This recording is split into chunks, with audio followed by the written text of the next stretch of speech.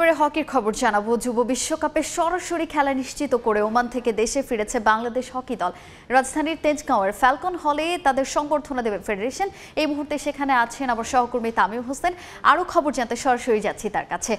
তামিম, বাংলাদেশে বলা হয় যে ক্রিকেট ফুটবলের পর হকি অন্যতম সম্ভাবনাময় একটা স্পোর্টস। তো সেই ক্ষেত্রে বলা যায় যে তারা যেই ওমানের মাটিতে যে ইতিহাসটা গড়েছে তার পরিপ্রেক্ষিতে যার প্রমাণটা এটাই, যারা প্রথমবারের মতো যুব বিশ্বকাপে সুযোগ পাওয়া, বিশ্বকাপের মতো মঞ্চে সুযোগ পাওয়া কিন্তু এবারই বাংলাদেশের ইতিহাসে প্রথম। তবে আমরা যদি বলি আসলে এই বিশ্বকাপের আগে একটা প্রস্তুতি ম্যাচ খেলারও কিন্তু সুযোগ পায়নি তারা। তো সেই পরিপ্রেক্ষিতে যে তাদের যে পারফরমেন্স আসলে সত্যিই প্রশংসার দাবিদার। যেহেতু এখন সামনে 2025 নভেম্বরে কিন্তু যেই যুব বিশ্বকাপটা রয়েছে সেটা অনুষ্ঠিত হবে ভারতে। তো ওই বিশ্বকাপে কিন্তু বাংলাদেশ যেহেতু একটা ভালো পারফরমেন্স করে এই জায়গায় সুযোগ পেয়েছে, তো ওই বিশ্বকাপেও প্রথমবারের সুযোগটাই কিন্তু তারা স্মরণীয় করে রাখতে চায়। তো সেই হিসাবে কিন্তু তাদের অনেক সুযোগ সুবিধার প্রয়োজন। আমরা বিমানবন্দরে কিন্তু আমাদের সাথে দলের অধিনায়ক এবং কোচ কিন্তু কথা বলেছেন।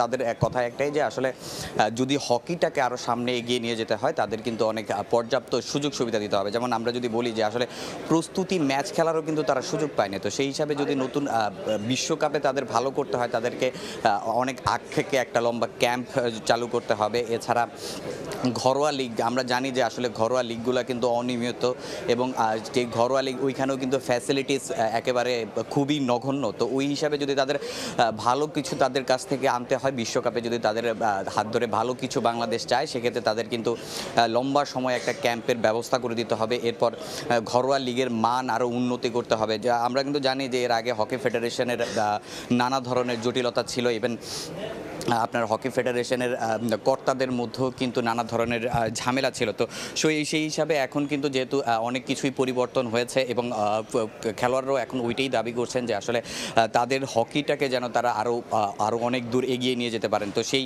হিসেবে কিন্তু তাদেরকে অনেক ফেডারেশনের কিন্তু অনেক দায়িত্ব নিতে হবে। আজকে কিন্তু এখানে আমরা যদি বলি আসলে তাদেরকে যেহেতু প্রথমবারের মতো বিশ্বকাপের মঞ্চে তারা জায়গা করে নিয়েছে, তাদেরকে কিন্তু এখানে আজকে সভাপতি মহোদয় কিন্তু তাদের সংবর্ধনা দিবে ঘটা করে। তো সভাপতির কাছেও কিন্তু তারা আজকে তাদের যেই হকির উন্নতিতে যে ধরনের সুযোগ সুবিধা প্রয়োজন তার কিছু কথা কিন্তু তাদের সভাপতির কাছে জানাবেন।